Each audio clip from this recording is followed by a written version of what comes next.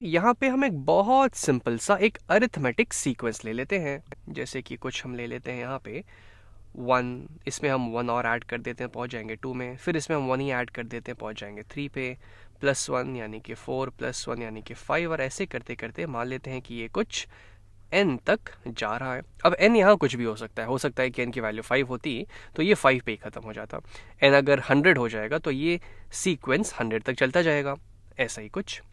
अब हमको यहाँ ये करना है कि इस सीक्वेंस का सम फाइंड करना है, यानी कि इसके हर टर्म को जोड़ के हमको इसकी वैल्यू पता करनी है, जिसको हम लोग सीरीज भी बोलते हैं। यानी कि मैं बोल रहा हूँ कि अगर मैं इनको यहाँ पे आपस में जोड़ दूँ, 1 +2 +3 +4 +5, ऐसे करते करते तक इसके लास्ट टर्म तक जो कि n है, तो n से पहले क्या आएगा, n-1 और फिर फाइनली n आ जाएगा। इस सब को जोड़ के इसकी वैल्यू क्या होगी ये हमें पता करना है। तो मान लेते हैं इसको हम कुछ s हमको सम पता करना है, और यहाँ पे कितने टर्म्स है टोटल, 1 से लेके n तक, तो यहाँ पे टोटल n टर्म्स है, तो इसको Sn से रिप्रेजेंट कर सकते हैं। और इस टोटल सम को हम लोग मैथ की भाषा में सीरीज बोलते हैं। सीरीज, जब हम सीक्वेंस के हर टर्म को जोड़ देते हैं तो इसको हम लोग सीरीज बोलते हैं। तो इस सीरीज की वैल्यू हमें पता करनी है। तो एक काम करते हैं यहाँ पे, हालांकि जो मैं अभी आपको बोलूँगा थोड़ा सा अटपटा लगेगा। हम एक काम करते हैं, इस पूरे सीरीज को उल्टा करके जोड़ते हैं, देखते हैं कि इससे क्या फ़ायदा होता है। जैसे कि मैं ये बोल रहा हूँ Sn, क्योंकि सम तो सेम ही रहेगा, सम की वैल्यू तो चेंज होगी नहीं। आप आगे से पीछे जोड़िए या पीछे से आगे जोड़िए, सम तो सेम ही रहने वाला है, तो इसलिए Sn ही रह जाएगा। बस ये n पहले यहाँ आ जाएगा, उसके पहले वाला टर्म यानी कि n-1 उसके पहले आ जाएगा, फिर इसके पहले वाला टर्म हो जाएगा n-2, वो यहाँ आ गया, फिर इसके पहले वाला टर्म n-3 ऐसे आ गया, और ये ऐसे करते करते चला जाएगा 2 और फिर 1, यानी कि +2 +1 तक। अब हम काम करते हैं, इन दोनों को हम आपस में जोड़ देते हैं। ये दोनों को हम यहाँ आपस में जोड़ देते हैं, फिर देखते हैं कि क्या होता है। यानी कि Sn + Sn मुझे दे देगा 2 टाइम्स Sn इक्वल टू, ये हो गया left hand side. Right hand side पे अगर मैं इसके रेस्पेक्टिव टर्म्स को जोड़ते जाऊँ, यानी कि इस 1 और इस n को जोड़ूँ, तो क्या मिलेगा, तो ये हो जाएगा n+1 के बराबर, प्लस फिर मैं इस 2 और n-1 को यहाँ पे जोड़ देता हूँ, तो ये क्या हो जाएगा, n-1 + 2, यानी कि ये भी n+1 हो जाएगा।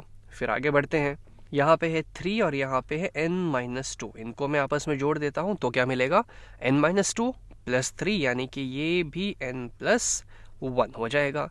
फिर आगे भी देख लेते हैं, मान लीजिए हम अगले टर्म पे पहुँचे, इसको अगर हम आपस में जोड़ें तो ये क्या हो जाएगा, n-3 + 4, यानी कि ये भी n+1 ही हो गया।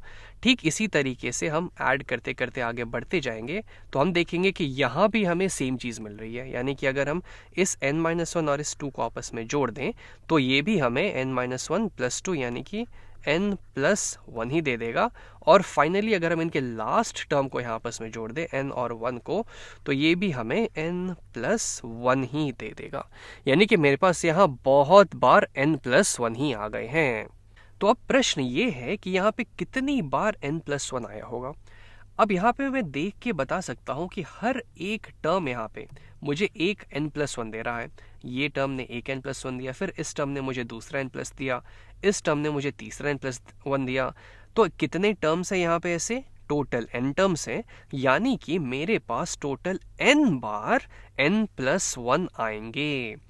तो अगर मैं इसको मल्टीप्लिकेशन के फॉर्म में लिखना चाहूँ, तो मैं n+1 को इस पूरे n+1 को मैं कितनी बार जोड़ रहा हूँ, n बार, n टाइम्स, तो इसकी वैल्यू क्या हो जाएगी, ये हो जाएगा n टाइम्स n+1 के बराबर। और इधर तो 2 टाइम्स Sn है ही।